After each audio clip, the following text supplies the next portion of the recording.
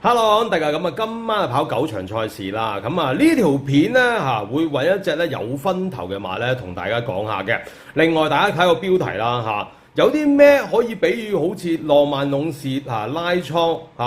馬主又唔支持沈集成咧大家聽完咧就會覺得咧非常之似嘅啦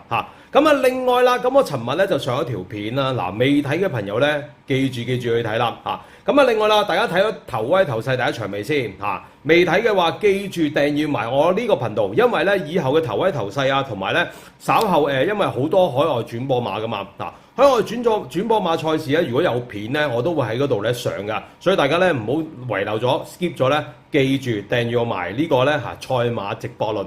嘅頻道嗰度啦，因為我嚟緊我都好希望講下啲咩跑完嘅馬有啲咩大家可以跟進有啲咩古惑馬嘅，我都好希望咧可以多一個頻道可以同大家講嘅，所以大家記住訂閱埋呢個頻道啦另外，如果想收到啦賽日資料啦，因為咧嚟緊個禮拜日我有免費嘅分享，今晚就禮拜三就冇但係有足智賽分享。禮拜日我會有免費嘅分享同大家分享嘅所以咧如果想收到嘅朋友，記住 say 個 hi 或者 hello 加我 WhatsApp 啦，咁加我電話落電話報道咧。尋日有單轉倉馬房同埋退役馬消息啦，就係轉倉有隻叫仗義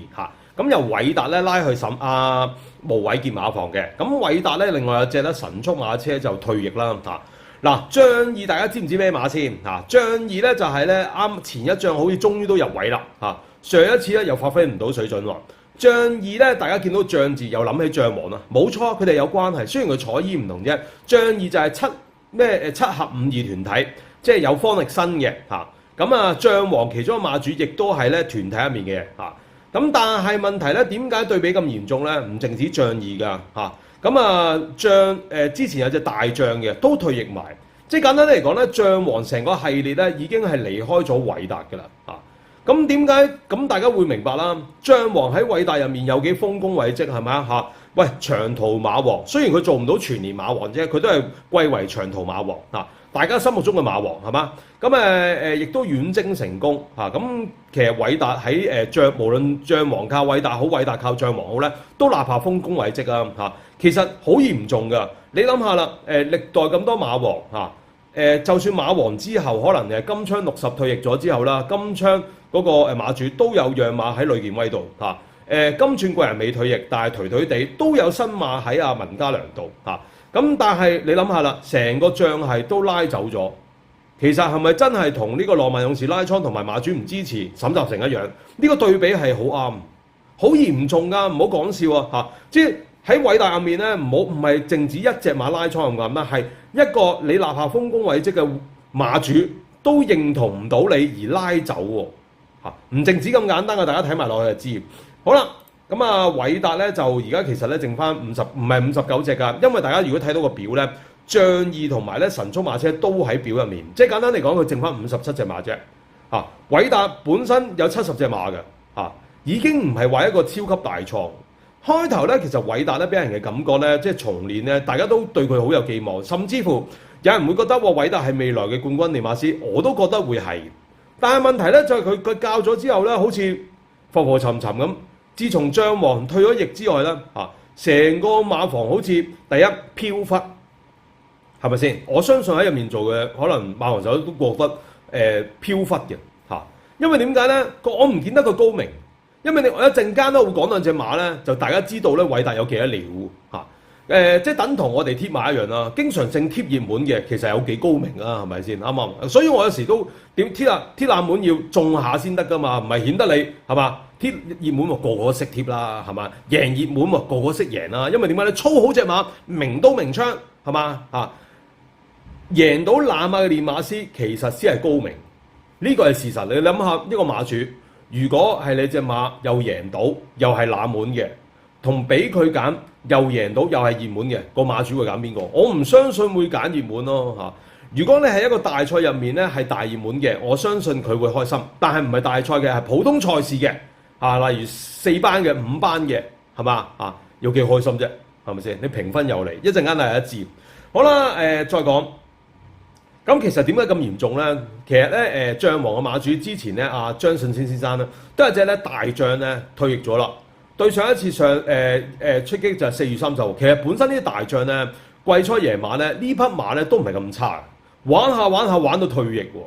喎。究竟咩因由咧？我相信都可能係導火線嚟嘅。好啦，另外啦，原來呢個馬張信清先生仲有隻馬嘅喎，一隻新馬叫做正將3歲咁啊52分。咁咧原來咧一擺咗無畏傑馬房，冇考慮過擺喺韋達度喎。咁你可想而知啦。咁再者啦，另外啦，7合52團體，7合52係啊，7合52團體啦，仲有一隻咧象銳又係新馬嚟嘅，擺喺尤達榮馬房，都冇擺喺韋達馬房。你諗下啦，成個系列清倉係咪同浪漫勇士拉倉一樣嚴重啊？係嘛？你將王係長途馬馬王，咁亦都喺韋達入面有豐功偉績，咁即係武功都有勞啊。咁點解短呢2年入面可以搞成咁咧？我相信內裏先知，我亦都唔作出評估或者係即係去深入去調查啦。咁我相信大家都聽到呢度都覺得韋達，算吧啦，係咪先？有啲馬迷都會覺得係。好啦，再者啦，其實我開頭都唔覺得會唔會嚴重得，但係見到韋達贏呢2匹馬咧，就真係知道佢有幾斤兩。咁當然啦，可能佢日後發圍亦都唔奇嘅。但係咧，超霸勝、紅愛石2匹馬，一匹咧就喺葉楚航道過嚟嘅，一匹咧就文家良過嚟，而2匹馬喺2班都上過名嘅，都分別拉去韋達度啦。但係韋達咧要將呢2匹馬咧減分減到咧落去4班先贏馬。仲要係2隻大熱門，好似㗎紅愛石咁就喺咧呢個咧3月12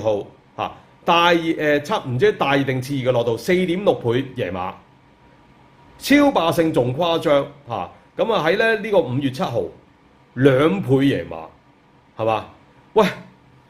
是但轉個倉唔好話咩轉去丁冠豪、徐以石超霸勝同紅愛石減到4班係人都贏啦，係咪先？啱唔啱啊？係嘛？所以大家知道有幾多料啦，係咪先？贏呢啲有咩用啫？係咪先？評分超級有利，係人都見到嘅，係嘛？所以真係有覺得要俾人覺得有啲名大於實咯，咁同埋成個系列拉走咧，真係好嚴重。不過咧，我講到呢度咧，就唔係話貶低佢嘅，而係咧，我覺得咧，知恥近乎勇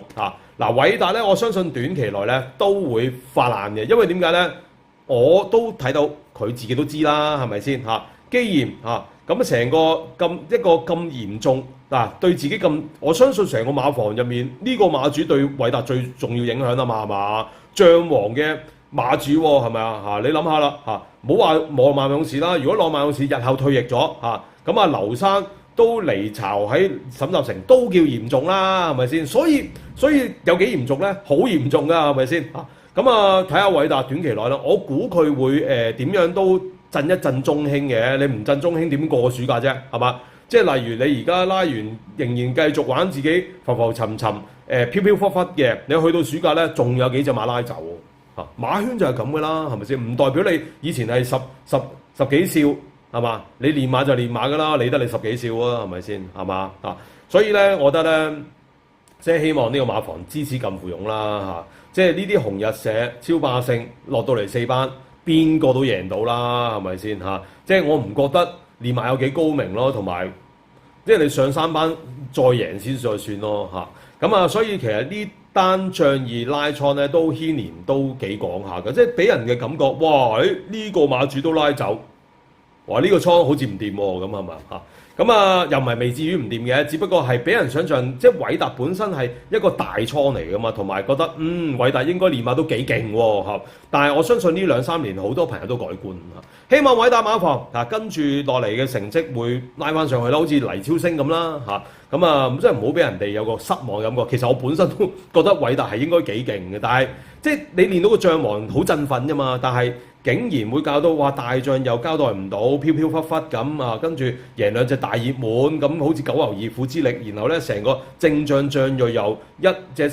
新馬一開波又唔係擺喺韋達度咧，咁即係有少少令人失望。好啊，咁今日咧我要介紹一隻咧半冷馬咁喺第6場咧4班1200米。呢場馬咧首先睇下有咩步速快放先啦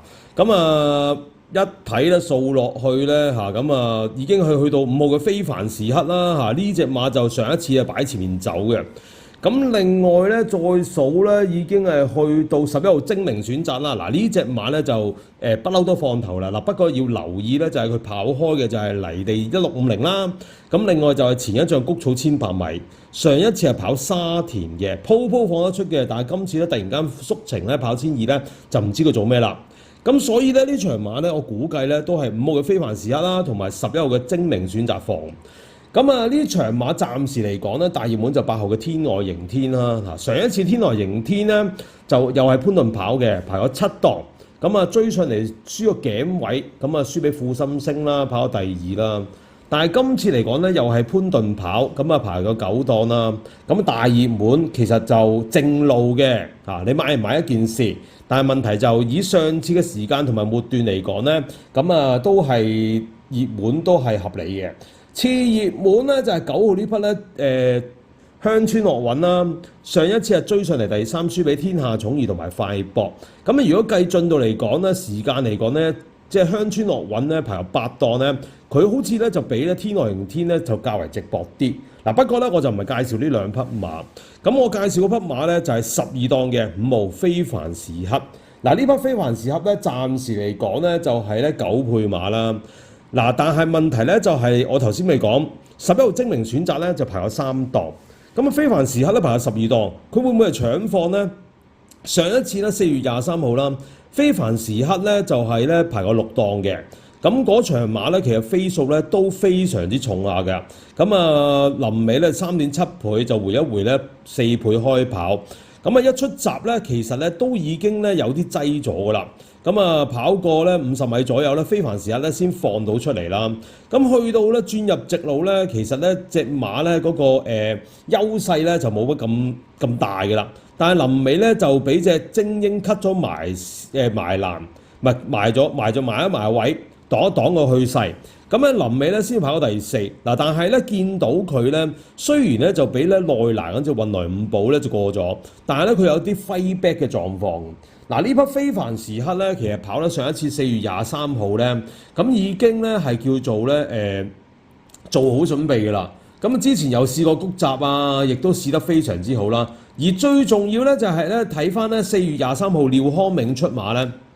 嗱嗰場咧嗰日咧廖康銘咧就總共咧出咗咧8隻馬嘅，咁啊贏咗一隻電源之駒，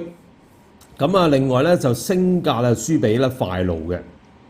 咁呢匹非凡時刻咧，咁啊好明顯咧，就想咧嗰日咧就配合攻勢，而呢匹馬咧就做好準備咧就出嘅啦。嗱，今日咧廖康銘咧又係嘅喎，咁咧佢出馬咧就唔係叫算多，但係咧嗰隻升價咧又喺度嘅喎，然後咧就再數咧又有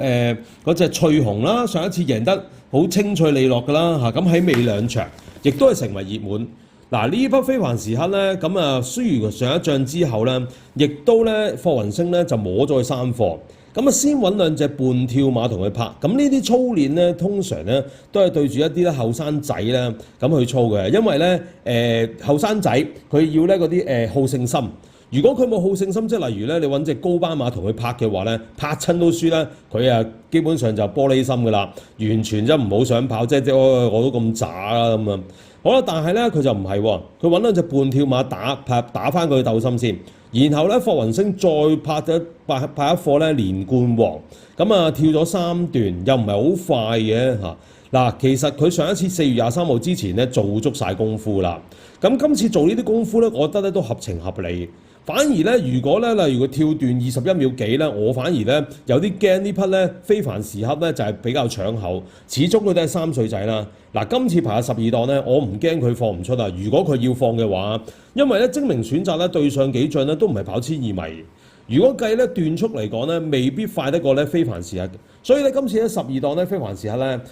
佢咧一定會有賠率㗎啦。嗱，但係咧過欄咧又唔買得㗎呢啲馬嚇。嗱，呢一匹馬咧就唔可以過10倍嘅，如果過10倍咧，大家就要小心買翻少少啦嚇，唔係話買咁多嚇。但係如果低過10倍咧，就合情合理啦。咁啊，我推介呢匹非凡時刻咧可以搏連贏膽，同埋3重彩膽嘅。咁啊，推介呢匹半膽俾大家啦，因為始終到底咧，佢個檔位咧就會益咗，即係搞到佢咧會有賠率咯嚇。佢唔會話熱得過天外迎天同埋鄉村內運噶啦。如果熱得過咧嚇，一定有人帶住落飛噶啦嚇。咁啊，大家留意個飛數啦，買呢啲馬一定要睇下佢飛數嚇，太懶唔得。太熱就未必值博，一定要挨住嗰啲7至9倍咧，就最好不過噶啦。